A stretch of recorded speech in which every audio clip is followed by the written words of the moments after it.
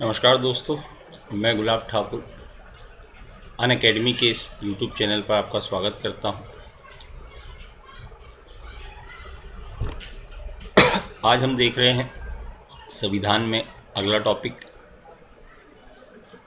लोकपाल एवं लोकायुक्त, है ना। तो लोकपाल एवं लोकायुक्त ये आपका सबसे प्रमुख टॉपिक है, जो मुख्य परीक्षा द्वितीय प्रश्न पत्र में ये पूछा जाता है। द्वितीय प्रश्न पत्र के अंतर्गत इसको पूछा जाता है, संविधान के अंतर्गत, राज्य व्यवस्था के अंतर्गत। तो लोकपाल एवं लोकायुक्त की अगर मैं बात करूं तो केंद्र स्तर पर लोकपाल संस्था की व्यवस्था की गई है और राज्यों के स्तर पर लोकायुक्त की स्थापना की बात की गई है।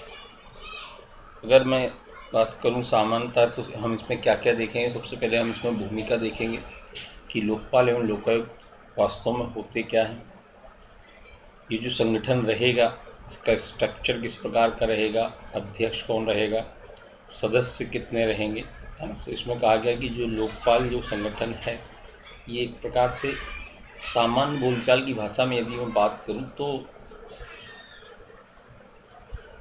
सरकार से आम जनता की रक्षा करने वाला, या हम बात करें कि एक आम जनता का वकील होता है, ठीक, उसे कहा जाता है लोकपाल। संरचना की अगर बात करें तो एक इसमें अध्यक्ष होता है और अधिकतम 8 सदस्य हो सकते हैं। जो अध्यक्ष होता है वो सेवानिवृत्त न्यायाधीश, ये मुख्य न्यायाधीश या फिर सेवानिवृत्त न्यायाधीश होता है, ठीक है। इसकी जो नियुक्ति होती है राष्ट्रपति के द्वारा की जाती है। एक समिति की सिफारिशों के आधार पर राष्ट्रपति इसकी नियुक्ति करता है। फिर देखेंगे कुछ इसके संबंध में जो अभी अधिनियम पारित किया गया संसद में, तो इसके संबंध में क्या क्या नियम बनाए गए हैं उनको उसमें देखेंगे। तो सबसे पहले मैं स्टार्ट करता हूँ उसमें भूमिका कि वास्तव में लोकपाल या लोकायुक्त होते क्या हैं। तो बात करें, भारतीय प्रशासनिक सुधार आयोग ने सुझाव दिया कि भाई जो नागरिकों की समस्याएं हैं इनके समाधान हेतु दो विशेष संस्थाएं, एक लोकपाल और लोकायुक्त की नियुक्ति की बात कही, है ना। केंद्र स्तर पर लोकपाल और राज्य के स्तर पर लोकायुक्त की बात की। ये जो व्यवस्था है लोकपाल और लोकायुक्त की, स्कैंडिनेवियाई देशों के अम्बुस्डमैन है ना से मिलती जुलती है, जिसे आम बोलचाल की भाषा में जनता की सरकार से रक्षा करने वाला वकील भी कहा जाता है, ठीक है। तो भारतीय प्रशासनिक सुधार आयोग की सिफारिशों के आधार पर इसकी स्थापना की गई। उसने सिफारिश की कि भाई केंद्र के स्तर पर लोकपाल और राज्य के स्तर पर लोकायुक्त का गठन किया जाना चाहिए। अगर मैं इसकी संरचना की बात करूं तो इसमें एक अध्यक्ष होगा जो भारत का पूर्व मुख्य न्यायाधीश, है ना, चीफ जस्टिस, या उच्चतम न्यायालय का यानी सुप्रीम कोर्ट का सेवानिवृत्त मतलब जो रिटायर्ड हो चुका है, सेवानिवृत्त न्यायाधीश या कोई महत्वपूर्ण व्यक्ति हो सकता है। साथ ही इसमें कितने सदस्य होंगे, अधिकतम 8 सदस्य होंगे, जिसमें 50% मतलब जो 8 सदस्य होंगे अध्यक्ष के अलावा, तो जो 50% मेंबर होंगे वो न्यायिक पृष्ठभूमि के होना चाहिए, है, न्यायिक क्षेत्र से संबंधित होना चाहिए। तथा कुल सदस्यों का 50%, जो शेष रिमेनिंग सदस्य हैं इनका जो 50% है वो कहाँ से होना चाहिए, इनका जो 50% है वो अनुसूचित जाति जनजाति क्षेत्र से होना चाहिए, है ना। अनुसूचित जाति का मेंबर हो, ठीक है, या अनुसूचित जनजाति का मेंबर हो, पिछड़ी जाति का हो, या फिर महिलाओं या अल्पसंख्यक वर्गों से, ठीक है। 50% मेंबर जो है न्यायिक क्षेत्र से होना चाहिए, 50% ST SC OBC महिला या अल्पसंख्यक वर्गों से होना चाहिए। ये इनका स्ट्रक्चर रहेगा, एक अध्यक्ष और 8 मेंबर। इसकी नियुक्ति कैसे होगी, तो जैसा कि मैंने बताया कि लोकपाल की जो नियुक्ति है वो राष्ट्रपति के द्वारा एक चयन समिति की सिफारिश के आधार पर होती है ना। अच्छा, यहाँ मैं एक क्लियर कर दूँ, क्योंकि टॉपिक है हमारा लोकपाल लोकायुक्त, है ना। सामान्यतः आप पढ़ते हैं तो एक साथ ही पढ़ा दिया जाता है, पर मैं इसको अलग अलग करके पढ़ाऊँगा, है ना। अभी मैं लोकपाल पढ़ाऊँगा केंद्र के स्तर पर, फिर इसके अगले वीडियो में मैं लोकायुक्त पढ़ाऊँगा। है ना, ये तो ध्यान रखिएगा। केवल अंतर इतना हो जाता है कि लोकपाल केंद्र के स्तर पर और जो लोकायुक्त होता है वो राज्य के स्तर पर होता है। ठीक, तो लोकपाल की अगर मैं नियुक्ति की बात करूं तो लोकपाल की जो नियुक्ति है राष्ट्रपति के द्वारा की जाती है, एक चयन समिति के माध्यम से, एक चयन समिति की सिफारिशों के आधार पर इसकी नियुक्ति की जाती है, जिसका प्रमुख प्रधानमंत्री होता है।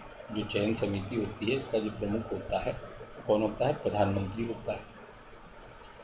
तो अगर सदस्यों की बात करें तो इसमें लोकसभा अध्यक्ष, लोकसभा में विपक्ष का नेता, मुख्य न्यायाधीश या अन्य न्यायाधीशों में से कोई एक होना चाहिए, साथ ही राष्ट्रपति द्वारा नामित व्यक्ति इसके सदस्य होंगे। ठीक है, ये जो कमेटी होगी। अब इस कमेटी के जो मेंबर हैं या जो सदस्य अध्यक्ष हैं, है ना, तो जो अध्यक्ष जो सदस्य हैं इनकी पुनर्नियुक्ति नहीं की जा सकती। मतलब ये केवल एक ही कार्यकाल के लिए नियुक्त किए जाएंगे, इनकी पुनर्नियुक्ति नहीं की जाएगी। साथ ही ये भी प्रावधान है कि इनकी पद छोड़ने के बाद 5 साल बाद ये राष्ट्रपति, उपराष्ट्रपति, संसद या राज्य विधानमंडल का चुनाव नहीं लड़ सकते। यानी अगर एक बार इन्हें पद छोड़ दिया तो ना तो इनकी पुनर्नियुक्ति होगी, मतलब इनका जब कार्यकाल पूरा हो जाएगा तो इनकी पुनर्नियुक्ति नहीं की जाएगी। पुनर्नियुक्ति के साथ साथ ये राष्ट्रपति, उपराष्ट्रपति, संसद या राज्य विधानमंडल का चुनाव भी नहीं लड़ सकते। इतने में क्लियर रखिएगा। यहाँ हमने स्ट्रक्चर देखा कि कौन कौन इसमें सदस्य अध्यक्ष बन सकता है।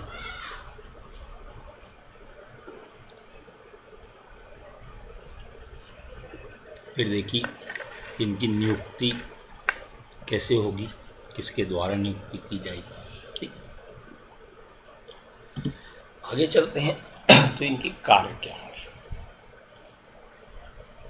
लोकपाल के अधिकार क्षेत्र में प्रधानमंत्री, मंत्री, है ना, जितने भी मंत्री हैं सभी प्रकार के मंत्री, संसद सदस्य व केंद्र सरकार के सभी कर्मचारी आते हैं।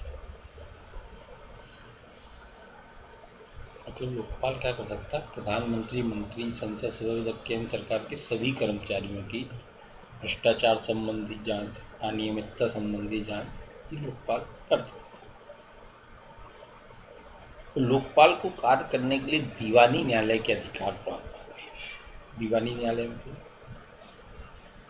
जिसको किसी भी व्यक्ति को अपने पास बुलाने का अधिकार होता है तो अगर न्यायालय बुलाता है तो उसे आना पड़ेगा, किसी को भी जांच के आदेश दे सकता है। तो ये सब अधिकार दीवानी न्यायालय को होते हैं। साथ ही भ्रष्ट अधिकारियों की संपत्ति को जब्त करने का अधिकार भी लोकपाल के पास हो। तो जो भ्रष्ट अधिकारी हैं इनकी संपत्ति को भी लोकपाल क्या कर सकता है? जब्त कर सकता है। तो कार्य तो प्रमुख कार्य वही है भ्रष्टाचार संबंधी जांच करना। और इसके अधिकार क्षेत्र में कौन कौन है? प्रधानमंत्री, मंत्री, संसद सदस्य व केंद्र सरकार के सभी कर्मचारी, है ना, पूरे ए ग्रेड से लेकर डी ग्रेड तक के सभी कर्मचारी, चतुर्थ श्रेणी तक के सभी कर्मचारी इसके अंदर आए। अब ये देखना है आपकी लोकपाल व लोकायुक्त अधिनियम 2013 जो 1 जनवरी 2014 को अधिनियम बन गया राष्ट्रपति के हस्ताक्षर के बाद, तो इसके क्या क्या प्रमुख प्रावधान। तो लोकपाल व लोकायुक्त अधिनियम 2013 1 जनवरी 2014 को तात्कालिक राष्ट्रपति प्रणब मुखर्जी द्वारा हस्ताक्षर करने के साथ ही क्या बन गया? अधिनियम बन गया। यह अधिनियम भ्रष्टाचार विरोधी निगरानी समिति गठित करने की अनुमति देता है। क्या अनुमति देता है? कि आप एक भ्रष्टाचार विरोधी निगरानी समिति गठन कर सकते हैं,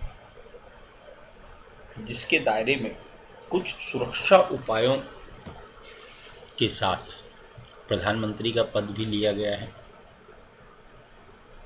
और जैसा कि मैंने बताया कि प्रधानमंत्री के साथ साथ जो अन्य मंत्री हैं वो भी इसके दायरे में आएंगे, संसद के जो सदस्य हैं वो भी इसके दायरे में आएंगे, केंद्र सरकार के सभी कर्मचारी वो भी इसके दायरे में आएंगे।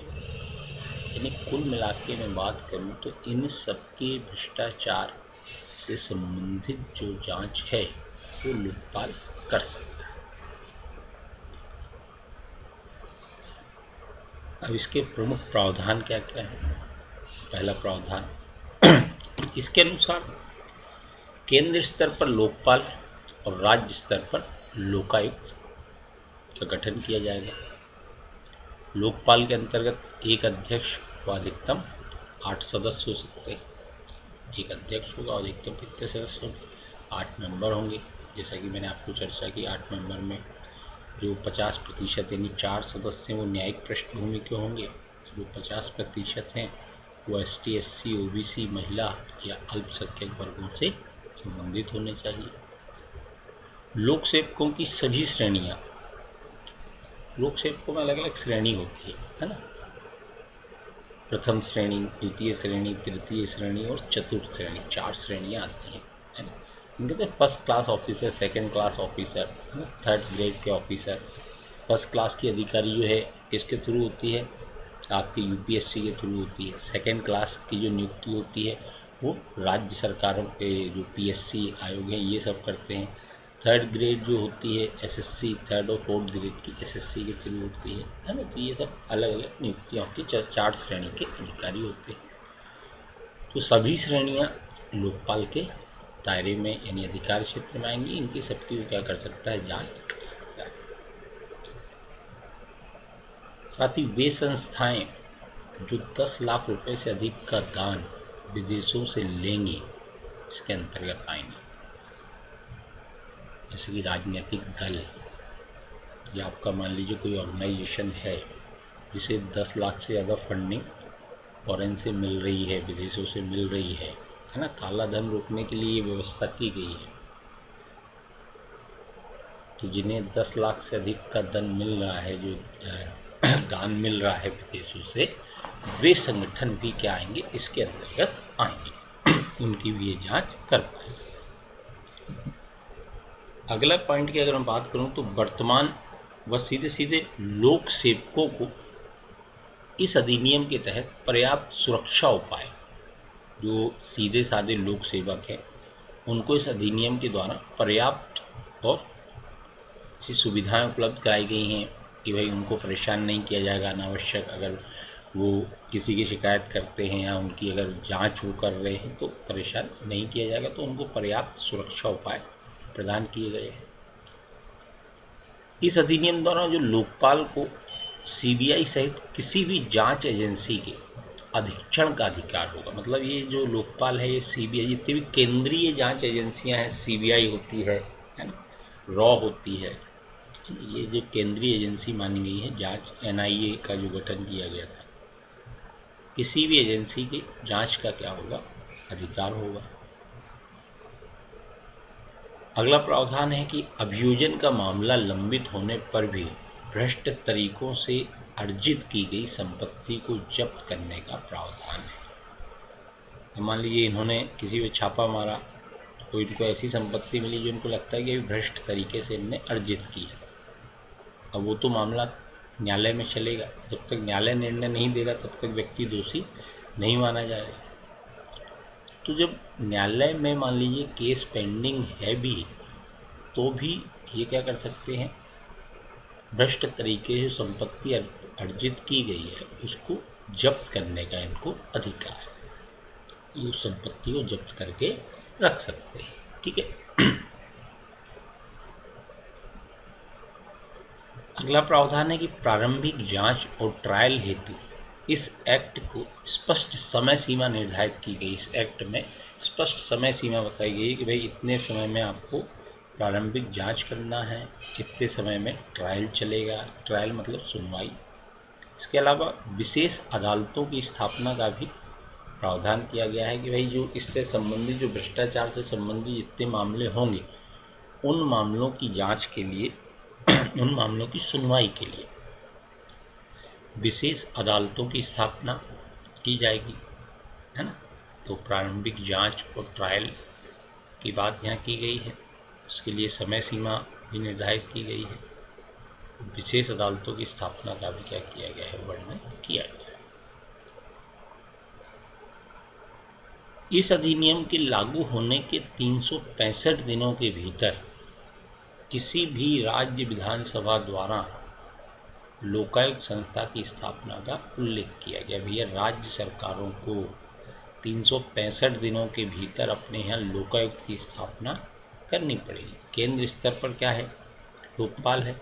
राज्य स्तर पर क्या है? लोकायुक्त है। तो इनको बताया गया है कि भाई आप राज्य स्तर पर एक वर्ष 365 दिन मतलब एक साल के अंदर आप क्या कर लें, अपने यहाँ लोकायुक्त की स्थापना कर लें। ये प्रावधान इसमें किया गया। तो ये था आपका लोकपाल और लोकायुक्त। ठीक है,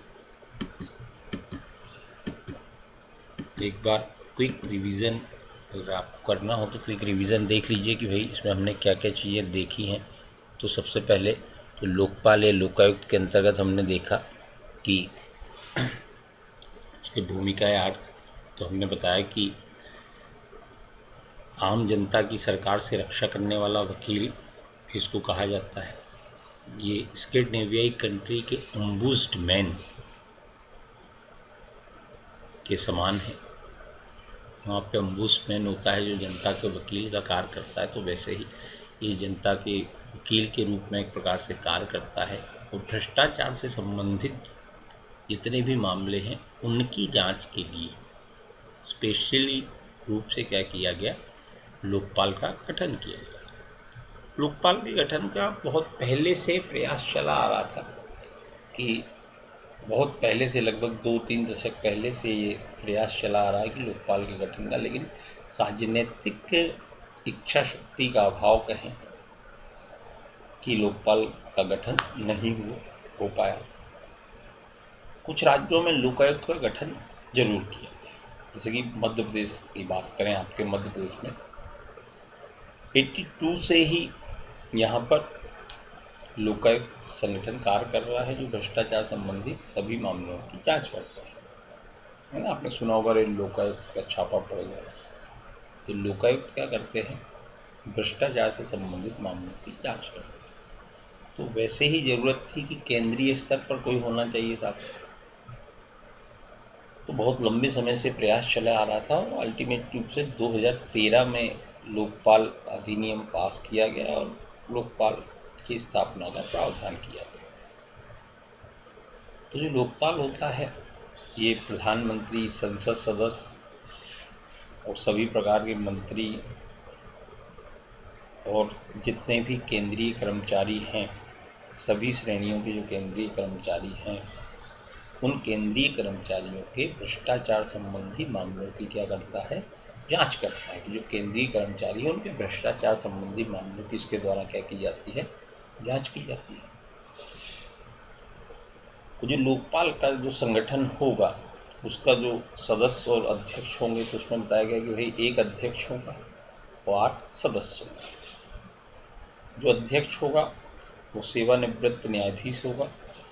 जब कोई महत्वपूर्ण व्यक्ति, सदस्यों की बात करें तो 8 सदस्य होंगे, जिसमें सदस्यों के संबंध में आरक्षण दिया गया है। मतलब 4 सदस्य तो न्यायिक पृष्ठभूमि के रहेंगे, 4 सदस्य जो शेष 4 हैं उनमें ST, SC, OBC, महिला या अल्पसंख्यक वर्गों के व्यक्ति होंगे, वो 4 जो रहे, है ना। इनकी जो नियुक्ति है वो राष्ट्रपति के द्वारा की जाएगी। राष्ट्रपति एक विशेष समिति की सिफारिश के आधार पर लोकपाल की नियुक्ति करेगा। जो समिति रहेगी इसमें प्रधानमंत्री समिति का अध्यक्ष रहेगा, लोकसभा अध्यक्ष, लोकसभा में विपक्ष का नेता, ऐसे कुछ लोग जो महत्वपूर्ण लोग हैं वो इस समिति के मेंबर रहेंगे। ये समिति राष्ट्रपति को सिफारिश करेगी नामों की, और फिर इस सिफारिश के आधार पर राष्ट्रपति अध्यक्ष और सदस्यों की क्या करेगा, नियुक्ति करेगा।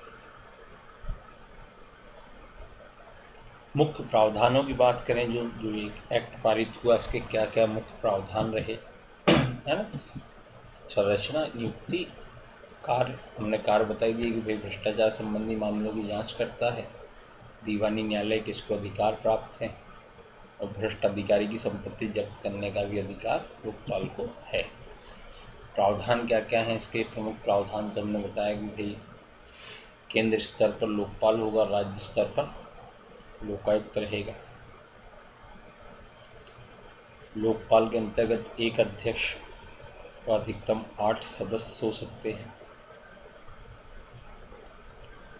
लोक सेवकों की जो सभी श्रेणियां हैं वो लोकपाल के अधिकार क्षेत्र में होंगी।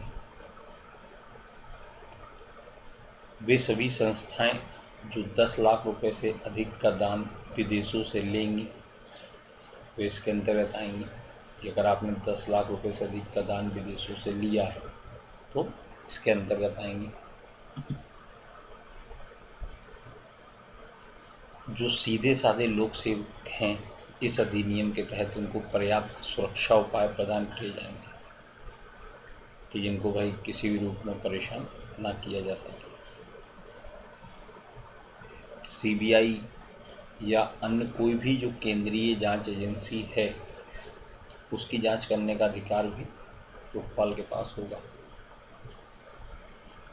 अगर कोई केस पेंडिंग भी है जिसकी मान लीजिए सुनवाई चल रही है तो उस दौरान भी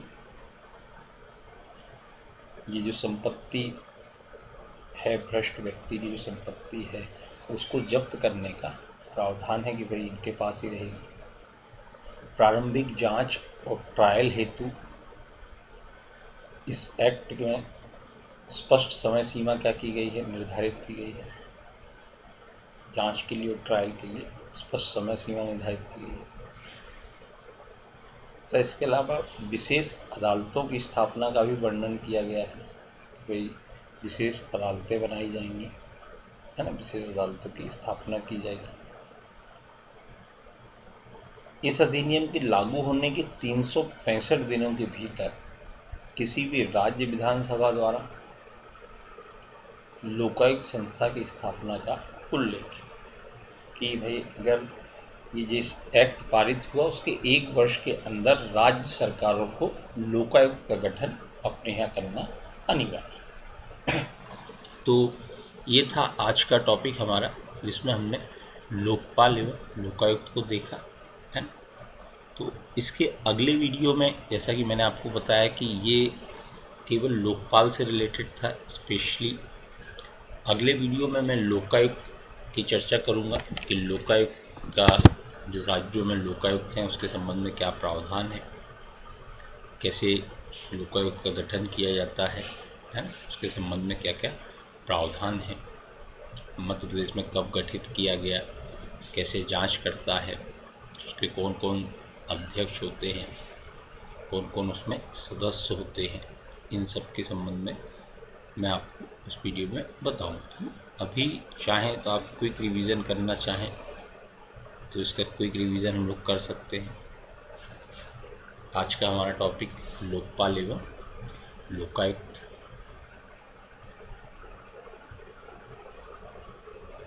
केंद्र के स्तर पर लोकपाल और राज्य के स्तर पर लोकायुक्त होता है। ठीक, जैसा कि मैंने बताया कि बहुत पहले से प्रयास चले आ रहे थे कि लोकपाल की स्थापना की जाए, किंतु कुछ कारणों के चलते लोकपाल की स्थापना नहीं हो पाई। अंततः 2013 में यह अधिनियम संसद के द्वारा क्या किया गया, पारित किया गया।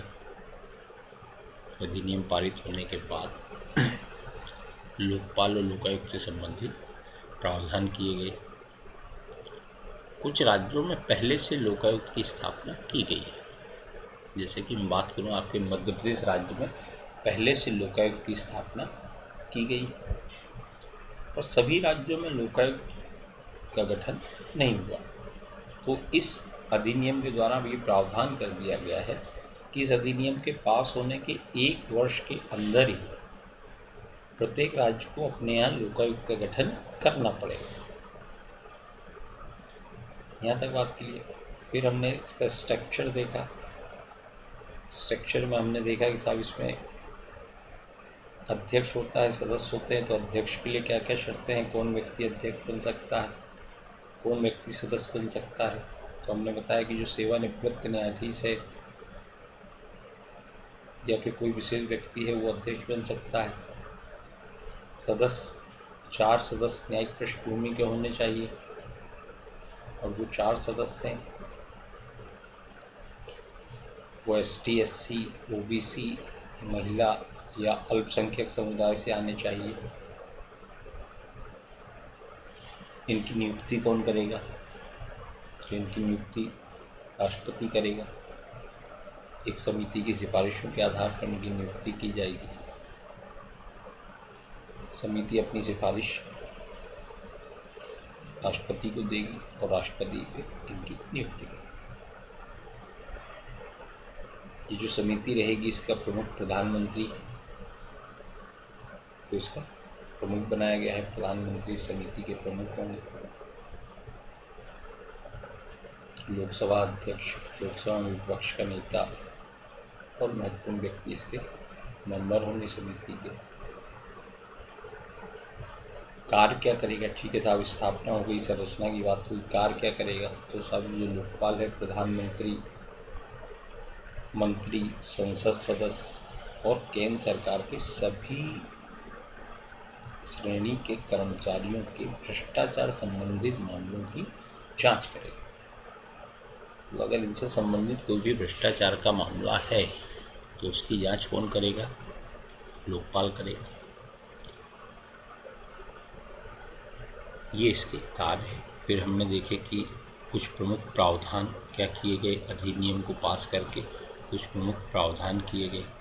प्रमुख प्रावधान में जैसा कि मैंने आपको बताया कि